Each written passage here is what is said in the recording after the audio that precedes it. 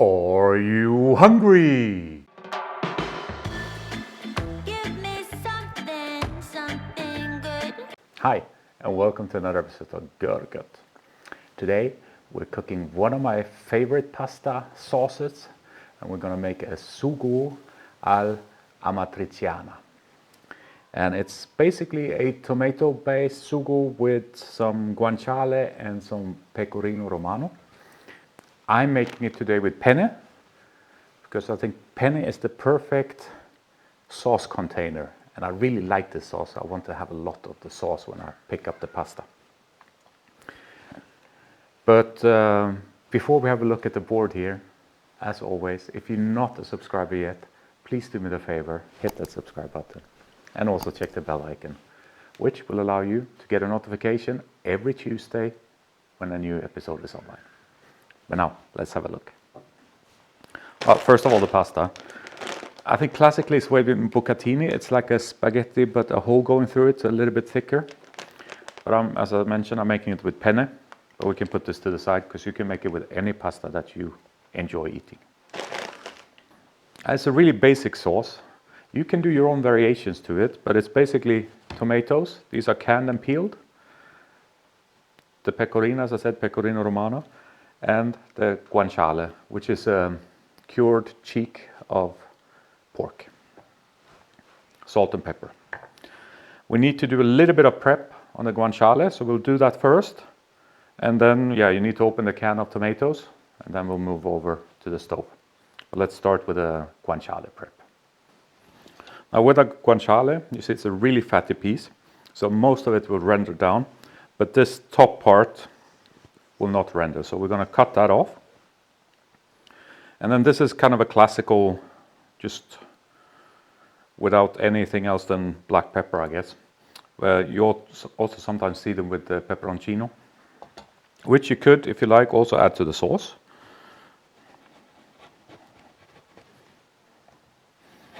So we'll just start by cutting the skin away.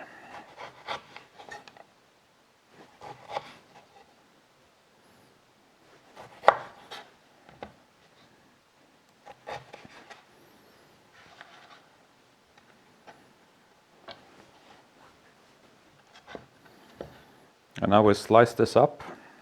I'm going to try to make, I would say 3 slices.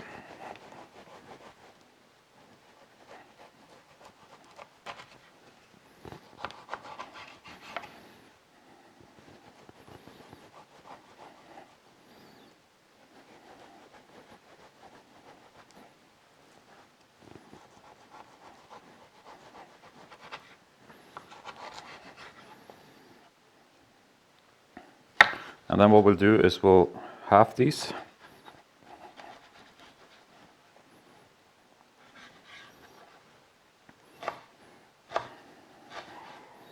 And for me, this is kind of the perfect size. But again, you can go as...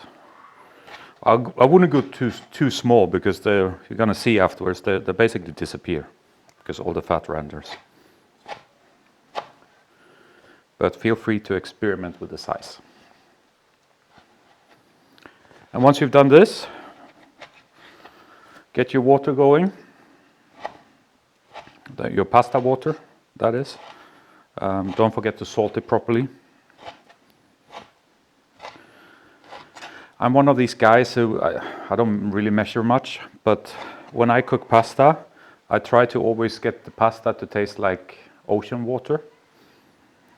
And that's normally somewhere about 3% of salt. So you can calculate that out yourself, but I mostly do it from feel. And you can always taste the water. So that's done. Let's move over there. Get your pan on. And your guanciale in it. And don't put any fat in this, because there's so much fat in the guanciale itself that it's going to be swimming in it. And just to show you, up here is the pasta pot. So that's warming up at the same time. That's started rendering. You can see the fat becoming translucent. That's kind of the first sign.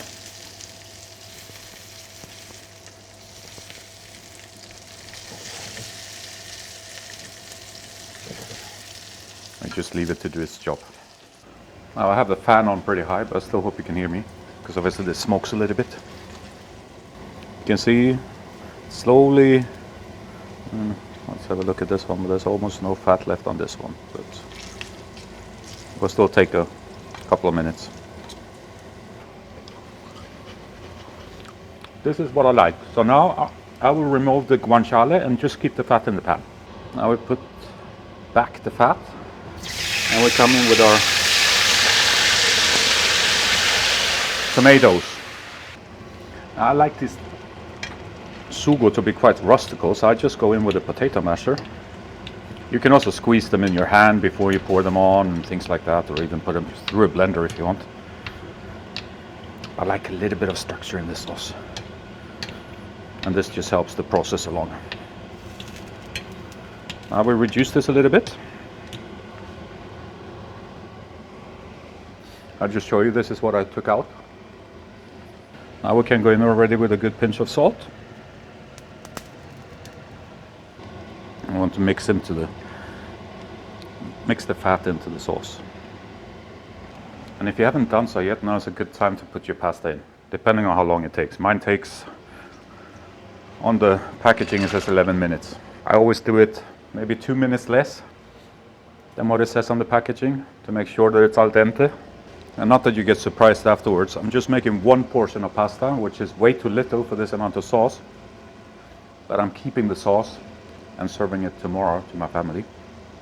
But for you today, I'll just make one portion. I'm going to put very little pasta in afterwards. And like I said, this is really the very basic version of it. And it's the version I prefer. Some would put onions in before you put the tomato. They might deglaze with some white wine, but I like this simple way with 3 ingredients. Some might even, I think I said that earlier, but put some peperoncino in it to give it a bit of a spicy touch. Now we can slowly turn down the heat here and start grating in our pecorino.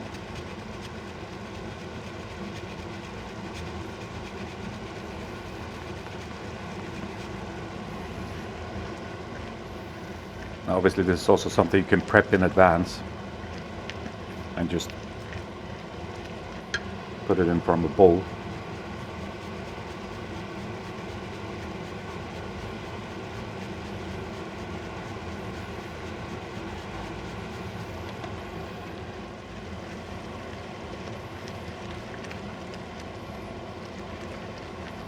And don't put too much at a time. You really want to work this into the sauce. It shouldn't be sauce and cheese. It should be one harmonious sugo. And it is a messy dish. Your stove is going to need some serious cleaning afterwards, but it's all worth it. Put some of our freshly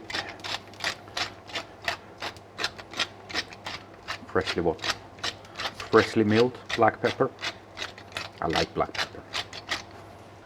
And a bit more of a salt. Then we'll wait with the final salting until we have the meat in. And now if you don't like the sauce to have structure like this, you can always put your mixer into this and blitz it quickly. But I like this. I like to feel something in my teeth. And we put back our guanciale.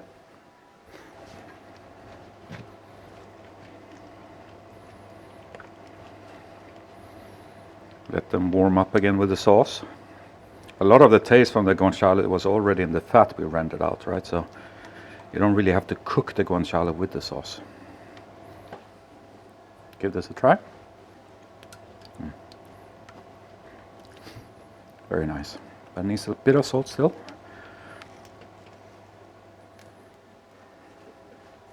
Remember, it was quite a lot of tomatoes. Give it another try. That's perfect now. We can check our pasta.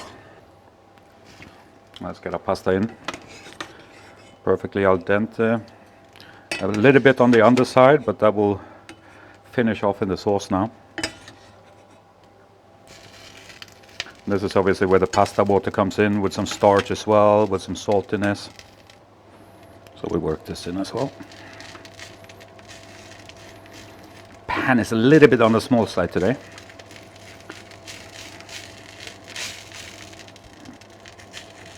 And remember, always pasta to sauce, never sauce to pasta. So a last try. Perfect. Let's move over. This is wonderful. So before we serve this up, if you stuck with me this far, there must have been something you enjoyed about this episode. So do me the huge favor and hit that thumbs up button. It's just down there. It doesn't take you any big effort, but it's really, really valuable for me. So I beg you, hit the thumbs up so that my content gets shared in the wider YouTube universe. But now, let's serve this up. As I said, I have too much sauce to pasta, so I'm going to try to kind of fish out the pasta.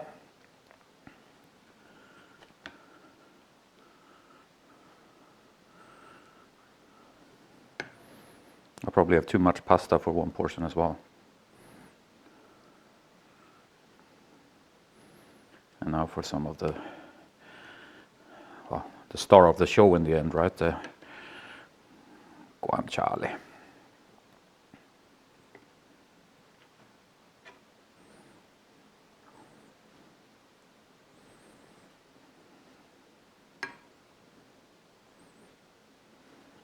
Like that. One thing left to do, and that's to grate some nice pecorino cheese on it. Crack a bit of black pepper. And that's our penne al amatriciana. Let's dig in.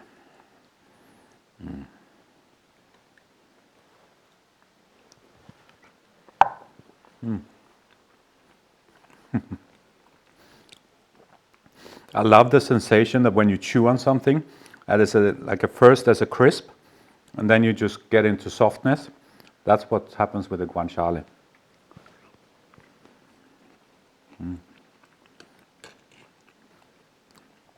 It has this kind of almost crunchy outside to it. A nice smoky flavor.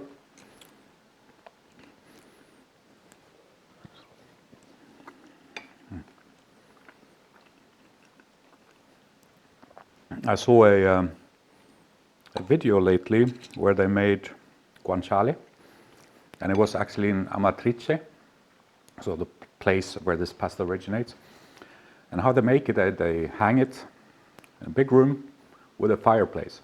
And from that, you really get this smokiness to it as well. This is really one of my favorite pasta dishes. And it's so easy. It takes you all, 15 minutes to make? It's perfect for a weeknight. And it has endless possibilities. Like I said, you can add some pepperoncini to it to give it a bit more spice. You can leave the tomato out, and it's a completely different pasta that I forgot the name of, but it's just basically guanciale and Pecorino Romano. Now, I'm going to enjoy this. I hope you will give it a try at home too. If you do, let me know what you think about it in the comments. But that's it for this time. But before you go, don't forget, subscribe, check the bell icon if you're not doing so. Take care. Bye-bye.